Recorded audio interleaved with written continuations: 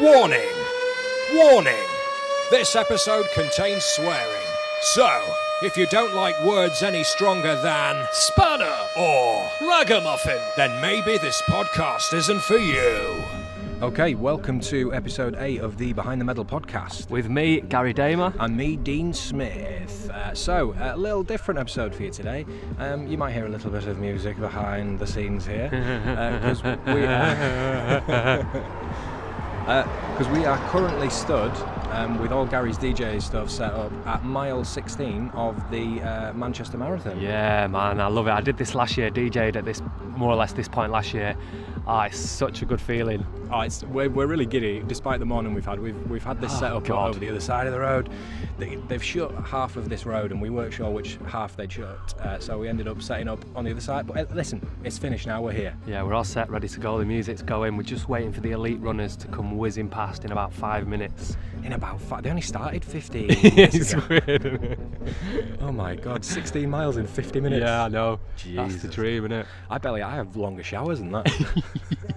I thought you were going to say something else. Thank God you went with showers. But no, this is going to be a different episode, but we're just going to try capture a little vibe of the day. We're going to hear from some people, and yeah, we'll keep you up to date. But for anyone who has run today, obviously you'll be hearing this later, but if you did run it, let us know. Did you see us? How was the race? Yeah, get in touch via all the social platforms, which are... The podcast is at Behind the Medal on Twitter. Yes, it certainly is. And yeah, without further ado, let's hear that stupid jingle again. Here we go. Dean, Gary. Gary and Dean, chatting along in a new podcast. Gary and Dean, and Gary's got hairy hands. We run around and see the world. Triathlon tales, Dean's hair is curled. We talk some shit and play some games. For legal reasons, some names are changed.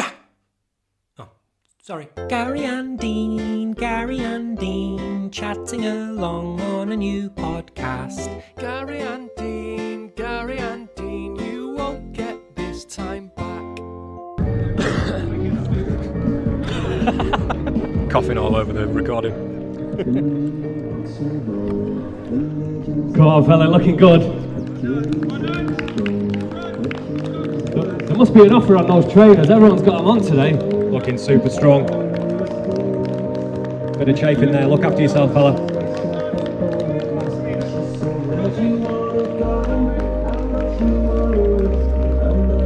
Well, the elite runners are just coming past us. I don't know what time they're on. The leader, I think, was on 1:26. Well, Lee, looking good, Lee. Which make some noise for Lee. Which is very quick for 16 miles. But it's hotting up. Atmosphere down here is great. Scott Cunliffe just arrived from you'll remember him from episode 4. He's here with his Legs, Hearts and Minds banner. He ran 270 miles last week. Yes, I love this pack. Well in, looking good, everyone. You're all looking lovely and strong. Doing really well. Serpentine runners. You're heckling all over it. Scott, come here. How are you doing, man? I'm doing really good, yeah. So you thought you'd come down after a week of running 270 miles to watch some more people putting themselves through this whole thing. I think they call it active recovery. Active recovery. I like it. These guys are looking strong though, isn't it? 16 miles in. Looking really good. What sort of pace are these guys running? Have you any idea? Well, the lead guy came through, what will it be now, 10, maybe 12 minutes ago, and he was on 1:26. It's an hour and 30 minutes. That's pretty, to 16, very good. That's pretty good. So they're looking at 2:15 or something. Wow. Maybe, yeah. That's crazy. I can't compute that. Is that the second one in there? Second one we're going through, yeah. Well in, boys, looking good, man. Nailing it. Yeah, all good club runners these, yeah? Oh yeah, big time. There will be a sub 3 hour guys these Yes. guys. Yeah, they look very still. I was thinking when you can see a very still head of a runner. It means they've got that core strength. Yeah. And they're not flagging. My head starts to go. Yeah, you start leaning forward a bit, don't you? So. Yeah. towards the mic. Trying to eat the miles up. Yeah. But it's a lovely atmosphere down here at Marathon, as it always is. Yeah, it's fantastic. It's a great day for it as well. You know, the Perfect weather's running perfect. conditions. Yeah.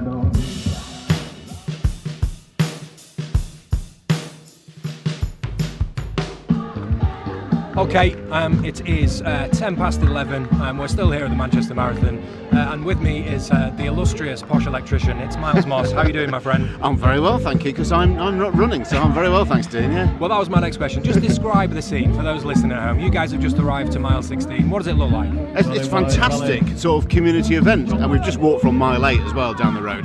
There's people, kids, dogs everywhere, cheering people on. It's wonderful. I mean, and you know, fair play to the runners. I could not do one of these myself, but fair play to them. I mean, who would do that sort of crazy thing? You say you couldn't if you trained, yeah, and if you did what these guys have done, which is put the months in, you would absolutely be able to do it. I have done a couple of 10Ks in the past. Oh, stop showing off.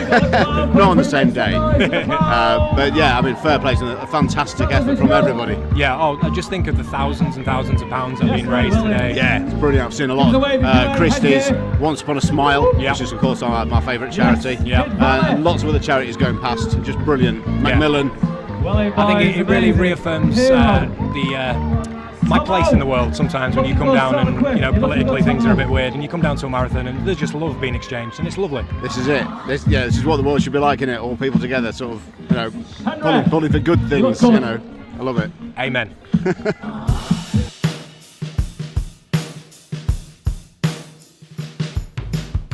So we're here with Callum Rowlinson. He's invited us round to his gaff, who ran the Manchester Marathon on Sunday.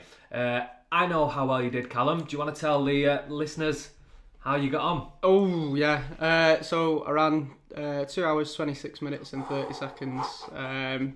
And managed to get myself in 5th place. Yeah. Fifth place, man. Still a couple of steps down from Danny Mills, Leeds United legend. Yeah. Done last in terms of sporting achievements. Yeah, but not in terms of marathon achievements, though. Yeah. Not in terms of marathon. So 2:36. We were just chatting before. You've ran the Manchester one before, have you? Yeah, I ran Manchester 3 years ago now. So this was my 5th marathon on the roads. I've done I've done 5 road marathons and a couple in the hills as well. Oh, nice. Yeah, and it sort of has taken me this long to get one right, really. So Sunday was a good race. Sunday was a good race. Yeah, all we sort of the aim was to run under 2:30, and you know I set out sort of.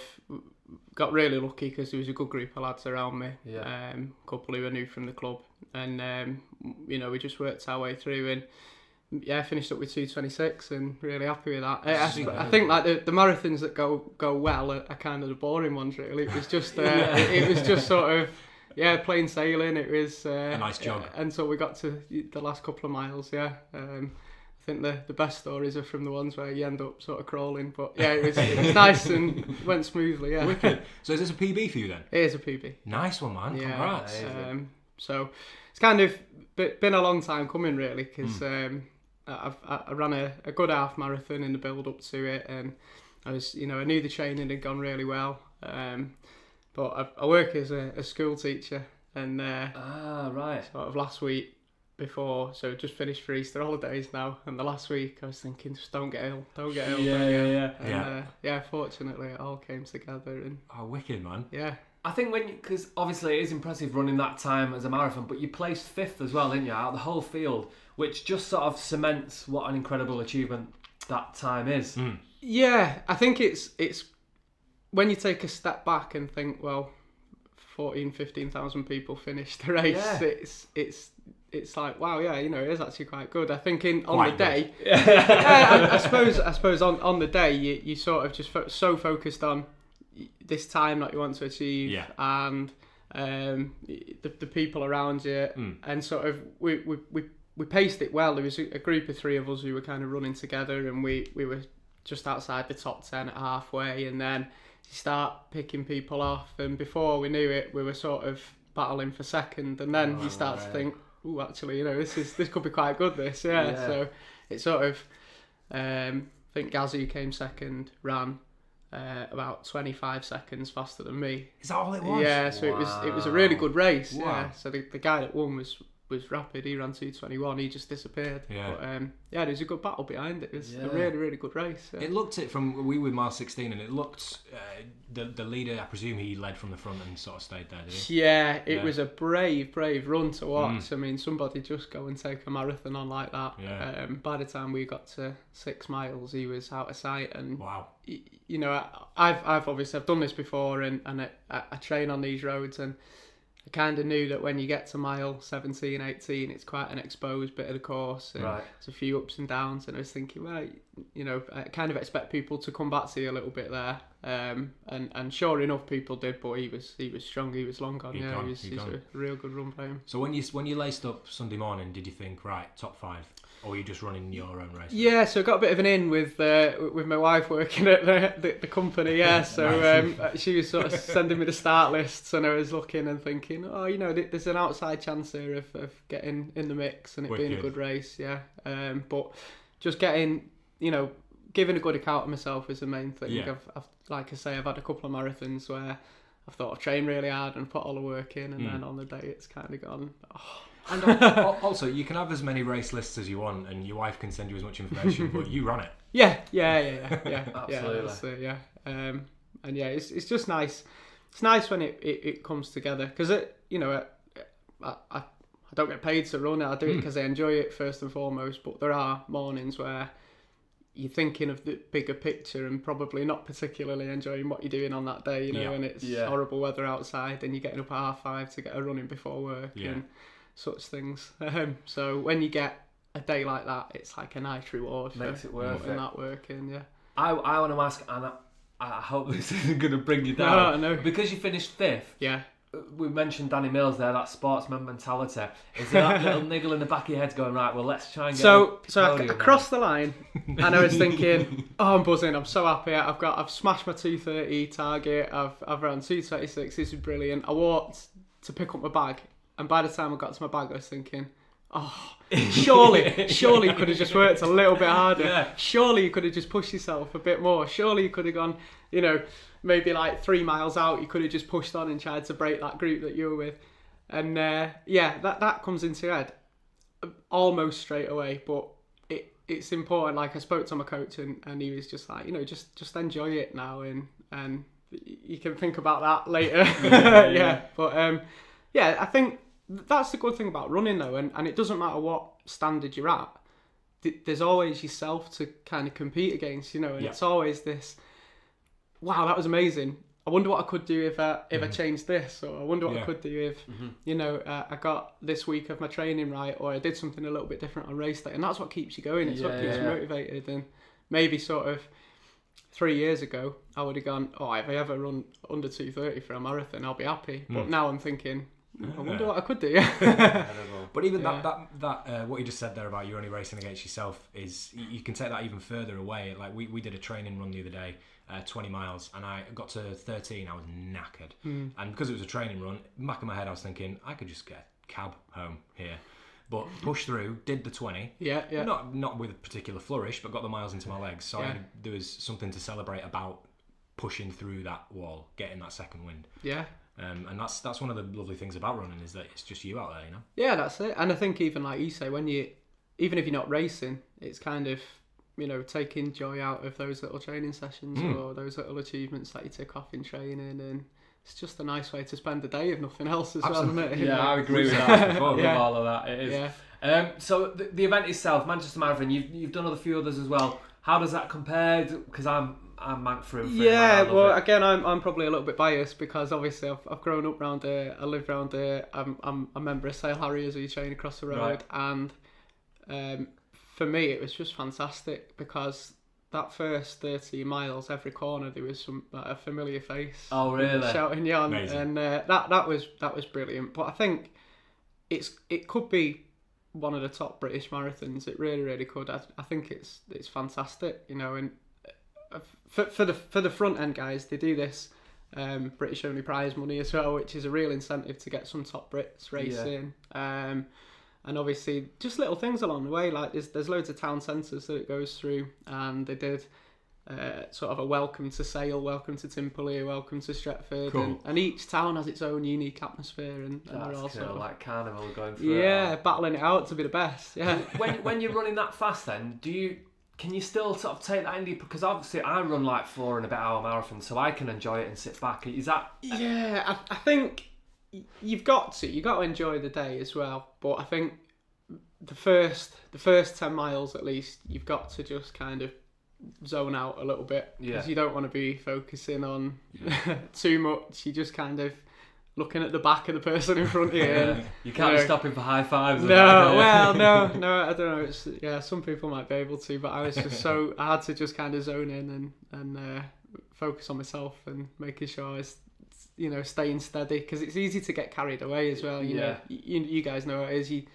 That old cliche, you got to set off steady, and it's a cliche for a reason, because it feels like you're running so easy, and if you've got 50, 60 people, cheering you on the side of the road, it's easy to kind of go, well, I'm gonna run a bit harder through this bit and then pay for it later. So you've got to just keep focused a little bit, and that adrenaline can really betray you as well, can't it? You go, oh, I'm really enjoying this. So but it quickly burns out. It can, yeah.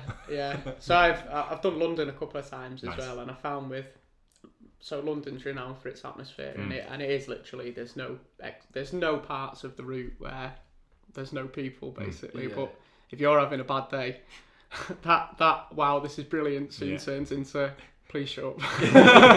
Well, I was saying to Dean, because Dean was dressed as Spider-Man, and what he was doing at bits where there was people walking, he'd sort of go to him, come on, let's go for a little run. Most of them were going, yeah, let's go. But I did notice one or two that were just like, no, just shaking their heads and sort of battering you away with it. Like you say, if it's a lot, when it's so busy along the route, the crowds and that can be a bad thing if you're having a bad day, I guess, can't it? Cause they're going, come on, you're doing really well. Yeah. And you just want to go, fuck off. Yeah. And all those little quirky things about the marathon, like I've been passed by a guy dressed as a banana, and I was just like, oh mate, this is the worst thing ever. There was a rhino out there. He was overtaking a lot of people. Save the rhinos guy. I think he was on about 320, 325. The thing with them people though, like they're often class athletes. They're really, really good runners, in their own right, and they've just gone, oh, this will be funny. Dress up for a bit. Yeah. They must do races as themselves as well, mustn't they? Surely. Oh, yeah. Giraffe, rhino, great apes. Yeah, it's class. So what do you think makes Manchester, or what do you think the potential is for Manchester to become one of the biggest and the best in the UK? I think it's obviously an incredible city. Yeah. First and foremost, and that largely makes a marathon. I think the course is really spectator friendly as well. Like we've got the tram where you can get from one end to the other, and you can see people in lots of different places. You can jog up and down the canals as well and pop out, seeing loads of the course. I just think it's like I say, that the kind of different atmospheres in different areas was just brilliant. There's things going on, and I just think it's great. It's fast and flat as well. It's a good PB course. And I guess what you just said there about the different atmospheres in the different areas, that ties into a lot of the marathon. Like Chicago, you run through various different parts of that city, and you get different, your Chinatown, your Harlem, and so you get loads of different atmospheres through that. So I guess if Manchester can tie in its own unique spirit into that, then, it's gonna be up there. Yeah, I think it's getting harder as well for it's brilliant. Marathon running's becoming incredibly popular, and it's getting harder for people to get in London every year. You see, the sort of rejection letters that people get, and every year for 9 years. You're joking? 9 years? 9 years. Wow. Yeah, man. That is hard. That's a tough one. Yeah. I just get used to getting that. It's the magazine, isn't it, where you get it? And it says, unfortunately, not this year. Yes, and 9 years, and I think it's trying to get people to realise as well. I mean, I understand the draw of London, but trying to get people to realise that there's amazing things happening, up and down the country. Absolutely. That are as good, as London, really. We were just mentioning as well, just before we came on air, next year, the 2021, it runs through Manchester City Centre, so I think that's going to make it a lot more popular as well, I think. Yeah, absolutely, yeah. So I think it's going to start out into the city centre, right, and chop off the more lonely parts of the route. So again, it's just more spectators, showing off more of the city. Amazing. So yeah, that'll make a big difference, I think. And will you be there 2020? Hopefully, yeah, that's the plan. Yeah, you just have to see who turns up, I guess. But yeah, I think I'll keep coming back to Manchester. It's good, from a racing point of view as well. It's nice to kind of sleep in your own bed the night before and eat breakfast, and it's 15 minutes on the mat to get to the start for me. And I think sometimes that just works out really well. Yeah. So yeah, I think I'll keep coming back. Definitely, yeah. Nice. Top 3 next year. Top 3 next year. Yeah. Put it into the universe. That's it. Just start feeling positive now. Yeah. Have you got any other races planned in the meantime? Are you doing any other marathons or other runs? So I think because I just got as much out of that marathon as I could, I'm not going to get a massive improvement within 6 months. Mm-hmm. So I'm going to do the Manchester 10k and try and get some speed in my legs now, So a few 10k's, halves, maybe even drop down to some 5k's over the summer. Nice. And then just start making plans really then for the long-term marathon. And as I said before, it's you tick off one goal and then it's straight on to thinking about how quick can we get, and see what happens. Sportsman's mentality. Yeah, he's got it. When me and him finish a marathon, we go, "Where's the bar?" Yeah. I kind of get that too, though. Amazing. Well, Callum, nice one for chatting to us, and well done on the marathon. Thanks very much, gents. Keep up the good work. Nice one.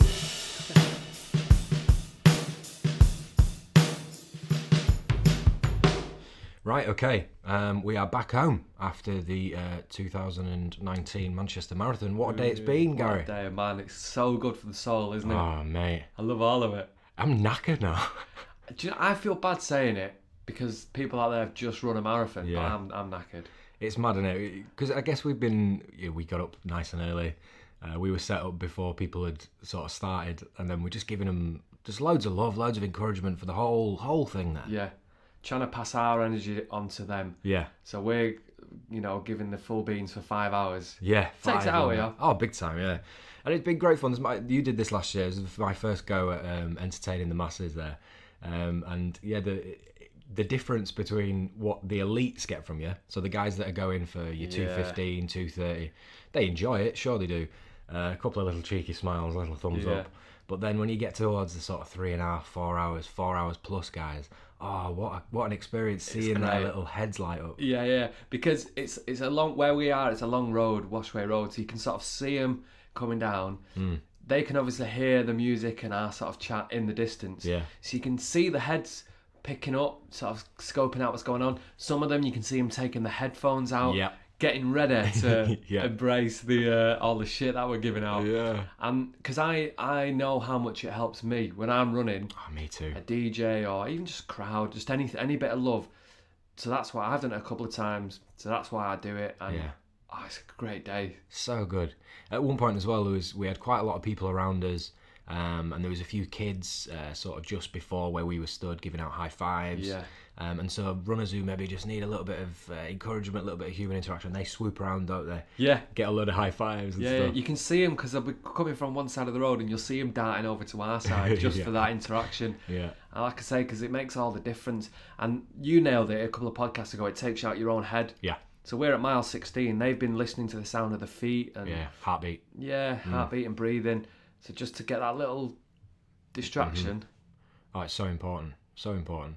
It was the couple of lovely little highlights is when people come past and you know it's their tune, you know it's their song, and their arms are pumping. And giving loads of love to the DJ. Yeah, because I'm playing music for 5 hours, and I think I was playing James Brown, something, I think it was I Feel Good, and this guy come past and he just went, "This is my tune." Yeah. And those chances of him coming past with that song, and it just makes all the difference, because that would have given him another couple of miles, maybe it would have made him finish. I mean, he was doing fine anyway, but being a bit narcissistic, putting it all down to me. Oh, your fault. Yeah. All because I played James Brown. And Scott coming down as well, Scott Cunliffe. Yeah. Oh, brilliant. Yeah, coming all that way. And he just come back from Bournemouth. Yeah. I mean, obviously we heard from him on the show here. But what a guy. Like, he came down for he was there for a while, a couple hours. Stood there with his legs, hearts, minds, flags. Yeah. Well, he said to me at one point, "I'm going to sit down. Is that all right?" I was like, "Yeah, it is." Like, you're on 270 miles last week.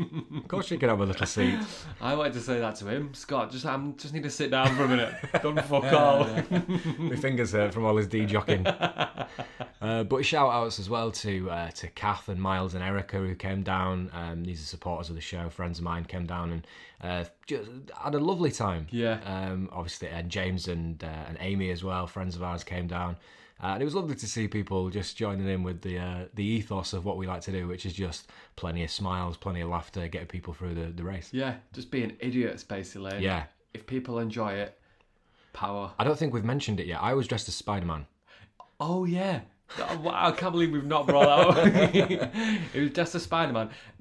For me, it was because you had shorts on at first and you had them hiked right up. Yeah. That was a look, man. It just looks strange. Again, if you can just distract people from the pain they're in at 16 miles and go, what is he wearing? Yeah. You said it in the car on the way home. There's people at certain points who are walking for a bit, and you'd sort of say to them, "Should we run? Do you want to run with Spider-Man for a bit?" Mm-hmm. You can't say no to that. You can't. And I don't know why that is, because someone could easily go, "Oh, fuck off, mate." Yeah, you but idiot. They look at, do you know what I think it is? People were saying thanks to me. Yeah. And thanks to you, and thanks to the people cheering. And I say that when I'm running, but I couldn't understand it. I was like, "What do you mean, thanks? Thank you. Like, you're the one raising money for charity. You're the one running."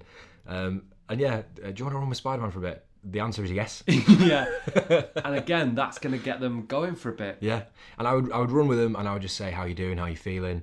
And then I would always leave them with, because we were 16 miles, so every step is a step home. Yeah. And then I'd leave them with Scott's mantra, legs, hearts, minds. Yeah. And they used to buzz off it. I buzzed off it, and then they would go. And there's not to say that they didn't stop again, of course, but you run your own race, don't you? And it was a fabulous day. We had an experience, didn't we? Yeah. We had it wasn't all love at the Manchester Marathon. I only want to touch on this briefly because I will come back to the positivity at the end. It's hard not to focus on the negative though, isn't it? When you get one little nugget negative, that's the thing you always think about, and that's the trouble with the human brain, I guess. So we were, what time were people coming through? Maybe about 4.5 hours or 4:15, something like that. So one of the paces had just gone through, and obviously it's a residential area. Gary's got his DJ stuff out there, and we're outside the Life Centre on Washway Road in Manchester, and we pumping some tunes. It's not crazy loud, but there's stuff going on. And I'm stood out there with the microphone cheering people on, and dressed as Spider-Man, and this man shouts out, "Hey!" and signals, "Turn it down." And I went, "What?" And he says, "Turn it down," and he points to where he's living. Yeah. I don't know, what is it, 60, 70 yards away? Yeah, it was down the way. Far enough away. And it wasn't loud, by the way, opposite a care home, and they never said a word. Yeah. So I said to Gary, "Should we turn it down?" And so we tickled it down. We did a little bit. We moved the speakers and stuff. And then a little while later... Yeah, we looked over. I mean, what the... We looked over, and he was stood in the garden, and he'd a big piece of cardboard, and he'd written on it, and he was stood there holding it up. Now here's two things: either he owns that already, or he's thought, "I'm going to go and make a sign that says yeah, just to." And there's families around, there's kids around. What's he doing that? And so there's a little slither of me, right, that's thinking, what kind of guy, like you say, has either got that ready to go in his house, a cardboard with the word written on it, or has gone away and made it. Part of me just wants to go, fair play. Well, part of me feels, well, I was a bit upset. I don't want to upset people. I know, I saw it. When we're out there giving some love out, I want it to be just love, So I was a bit sort of wary of it. But then after a while, I go, "Oh, bless him, what's going on in his life?" Do you know? Right, so last year I did it, and again, it was a similar thing, all the love in the world, and one guy came over to me and he went, he just swearing at me. Really? And then he just went, I work nights. Right, and that I get. I go, fair enough, you know, it's you work nights, you've probably just come in from a shift. However, just come over and say, "Mate, I'm on the night shift. Is there any chance you can..." Don't go and don't swear at me, because then I'm just going to go, "All right, fuck you." Yeah, then. turn it up. We've had 4.5 hours of positivity. Yeah. So for you to write a sign with the word on it is going to not make me do anything. Well, this was the thing as well. As soon as I saw that sign, basically, I just started on the mic leathering it with Manchester 2019. This is once a year. You've trained for so many months. You're raising so many thousands of pounds that are going to fabulous charities. And just labouring the point that this is bigger than you, sir. Yeah. Listen, we all have stuff going on. Something may have been going on. It's 4.5, 5 hours of your life, and then it stopped. If that, because we didn't really turn it up till like 10ish. Anyway, till people were coming through. Half 10, 11. And then as soon as the big crowds were through, it's down again. Yeah. Try and accommodate people, obviously. Yeah, and again, it wasn't blaring loud. No. But yeah, that's just one little. It's hard not to focus on the negativity in it, but that's one little. But you can't let that sort of person win, because the people who won today were the people stomping round. There are still people still going now. Yeah. Hopefully, touch wood, that whose times obviously are pretty slow, who maybe picked up an injury or aren't as fit as they wanted to be, and those are the people you should be focusing on, not this fucking prick. And like you say, the charities who are getting all this money off the back of these people doing an amazing thing. Yeah. Not the guy writing on a piece of cardboard. We should get him signed up to the fucking marathon. Yeah. Little prick. Yeah. See how he does. Have a nap. It's to fucking go back to bed now, mate. Yeah, have a nap. Or how's this for a conversation? Yeah, lads, it's pretty loud. What time's this like finishing up? Is this all day? What's the thing? Oh, sorry, pal. Yeah, well, we're going to 1:30, 2 o'clock. All right, no worries. Yeah. That's what I mean. It's about how you say it. Yeah. Don't come at me swearing, because that's not going to make me do anything. Do you know what I think? Mate, he was walking across the road, and I think he saw Spider-Man and thought, I'm fucking about with a vigilante. I get webbed in the head. Right. But no, so that guy needs to give his little head a wobble. We've all got stuff going on, pal. There's a bigger picture here. But yeah, we're not focused on that for the last little bit here. Yeah. But what a day. The sun came out in Manchester. The sun came out. I mean, it's been perfect weather for running, really. The sun came out. It wasn't too cold. It wasn't too hot. It was nice in the middle. And people just smiling, just having the runners having a wonderful time and achieving things they didn't think they could do. Ticking it off. There's some groups that you see who have clearly, like groups of runners coming through, that have clearly, I don't know, maybe started too quickly. We've spoken about this before. Yeah. And so they're coming through mile 16 and they look very, very out of it. Yeah. Happens. The wall occurs where the wall occurs. But to just remind them, you said it a load of times to people, oh, look at you smiling, you're running a marathon. Yeah, this is it. Because reminder, bang. You've done this for 5 or 6 months hard work. Yeah. I mean, it's easy to say in it because we've not run it, but that's supposed to be the hard bit, the training. Yeah. You've done all the effort there. The marathon is the day where you enjoy it and just, if you're not going to get a PB, just sit back and enjoy it. Yeah. And take those little high fives, take the little jelly babies off kids, listen to my mate Jess. If they're offering you it, don't take the jelly babies off the kids if they're not offering you it. There's a difference. Yep. Otherwise it's just mugging someone. Yeah, taking candy from a baby. But a lot of people out, the people of Manchester. Packed. Yeah. We got a nice little hub outside the Life Centre. There was a great collection of people. We were chatting to the marshals as well. Yeah. And even they were saying thanks to us. Yeah. They're there, the good of the health, all day, longer than we are. Yeah. And they were saying thanks for keeping us going. And again, we've said it before, and I will continue to say it. The best of humanity is at marathon. Yeah.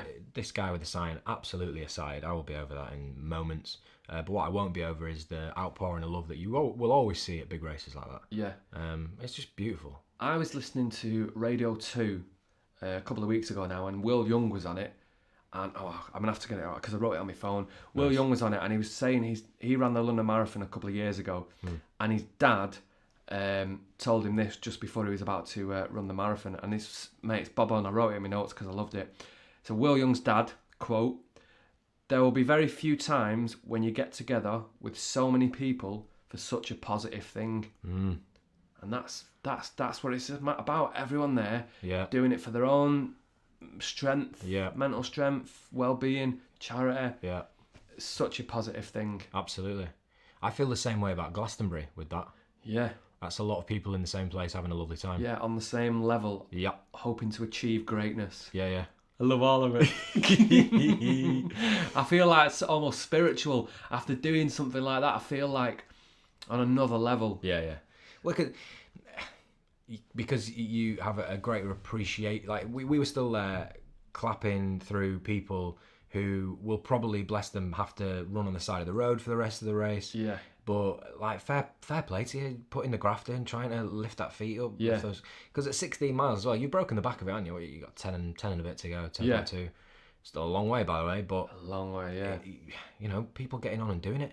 It's great, and it's great. Like I say, I know how much it means to me on the other side, so that's what it's about, man. Yeah.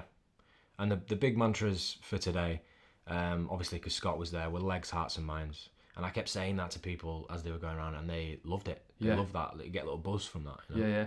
Because you said it to one woman, and when I heard her reply, she said, "Oh, the legs have definitely gone, so it's all about hearts and minds." Yeah. She said the legs are like 2 miles back, and then she was calling onto the phrase. She's like, "Yeah, it's all about hearts and minds now because I've got no legs." So just to implant that into someone's head, again, it's a very selfish way of thinking, I guess. But sometimes I really feel like I'm getting someone round. But this, I mean, I guess that is selfish. But we've said it before that we have specific people on other marathons that has given us a couple of miles. So it's, you know, it's all about piecing together that journey, innit? That journey around whatever course you're on. If in a 26.2 mile race, if these guys are looking at a 3.5 or a 5 hour, whatever it may be, if on mile 16 they had a little cheeky smile and got a tiny bit of pace and a little bit of energy and felt good about themselves, we've done a nice thing. Throwing a few dance moves. Yeah. It all counts. It all counts. It's got me very excited for our marathon now as well. I was going to bring us on to that. So, Madrid Marathon, how 3 weeks? 3 weeks, yeah. 3 weeks away. How are you feeling? Good, yeah, quite fit. We did 20 miles, didn't we? Yeah, this week, just gone. Yeah, Tuesday, and I felt strong. And that's the first time I've ever ran that distance without any wobbles at all. I was really, really strong. Yeah, you finished with a great aplomb, actually. Yeah. You could have carried on, I think. Yeah, I definitely could have squeezed another mile or two out. So yeah, I feel good. I don't think, having said that, I don't think I'm on for a PB. No. So I'm just going to sit back and enjoy it. And just, like today, collect the high fives. Yep. Collect the love off the Spanish DJs. Yeah. It's in Spain, isn't it, Madrid? Fucking hell, is that... My God, man. Is it? Yeah. I had a weird feeling it was in Italy then. You can't even say it. It's been a long day of talking. No, yeah, it's Madrid. Because the reason why... Because it was supposed to be on the 28th, Sunday the 28th, but it changed to Saturday the 27th because it's the Spanish general election. And it got a little bit kicky and punchy last year. It did, didn't it? Or last time, I can't remember what it was. Yeah. So no, but they moved it. But yeah, that's going to be interesting because it's the first time we've ever done a rock and roll marathon. It's a certain type of branded marathon, basically. So that's going to be interesting to see what sort of entertainment. I bet there's not a Spider-Man and a Mank. I bet there's one in Liverpool, and I know people who've run that at the rock and roll one, and they've always said it's great, like really good gear. So I imagine the Spanish one's equally as good. Yeah. How are you feeling? Are you ready? Are you excited? I'm all right. I wish I've had a very, very busy few weeks with various different jobs and the such, so I've not been as active training as I would have liked to have done. The 20 miler on Tuesday, I was up at 5 that morning to go to work, and I got in and we went at, was it about 3 o'clock in the afternoon we set off, 3:30? Yeah. And I was flagging. We got to about 12 miles and my head went, you know. Can I tell you a secret? Go on. So I'd been to a funeral and you'd been at work. Yeah. And you text me and you said, I'm not sure we can do a 20 miler. Yeah. Let's just try and squeeze a half out. Yeah. And I text you back just going, yeah, that's sound, that's no worries at all. But I really wanted to do a 20 miler. Yeah. So I was going to just totally ease the pressure off. Yeah. But when we were out, push you for a 20 miler. Well, this was the, so we got to, on 12 we were on this canal path. Yeah. And my head was gone, I was really super tired. And then when we got to 13, the quickest way home was to run home, which would have meant that it was 20 miles. Yeah. Or just over 20 miles because maths was a bit off. But again, Scott Cunliffe, he that day on Tuesday was running 42 miles as part of his runaway challenge. And so when I got to half marathon and I was like, there's only 7 left, it's just over a 10k. I was like, yeah, I'll do that. Yeah. I'll do that. Because again, it's good training. When you get to a point where you want to stop, that's when your training starts. Dan Walker says that. I love that. Yeah. Training doesn't start until you want to stop. Yeah. I love that. And I got a big second wind on just after 13 miles, and I felt great. And I got a good 5 miles out of that. Felt really good. we were singing to each other where we both had different songs on our headphones. We were vibing off that. And then we got to, I think it was about 18 and a half. And again, I hit another wall there. Yeah. I needed my third wave and it never came. So I got to 20, which is good training. Got through it. To the miles are in your legs. All the miles. And we're going to do a Danny Mills technique, which he discussed last week, where he does the marathon mileage in a week, but split up. Yep. So maybe do a couple of halves. Yeah. Beginning of the week, end of the week, just to get them in your legs and keep ticking over now until the big day. Just stay strong. Stay strong, stay supple. But no, you're looking really good. I've lost my chippy tits. Yep, gone. I had a big right pair of chippy tits. They've gone. so I am in good shape. Yeah. Yeah, I feel good. Nice. What are you looking at me like that for? You're supposed to say I look great as well. For fuck's sake. Mate, that Spider-Man costume was hiding no secrets. Oh, no, yeah. And you did look good. Yeah, I'm a little bit heavier than I would have wanted to have been. Purely just marathon running size. Like, I'm not a heavy guy. But, you know, today, when you see units running around, you know, well, if they can do it. Yeah, mate, I'll get around. Right? I know you will, I'm just saying. But when you see some people doing it, you go, fair play to them. Yeah. Big heavy. Oh, man. It's ultimate kudos when you see people who have no earthly right to be running a marathon, in inverted commas, and are just nailing it. Yeah, looking good, looking strong, 16 miles in, enjoying themselves. Focused, steady head. I always think that when you see people at that stage of a race, if their head's all over the place, their core strength has gone, and so they're not as in the zone as maybe they would have been earlier. Yeah. But loads of people, they look great today out there. They look fabulous. It's a pretty sight.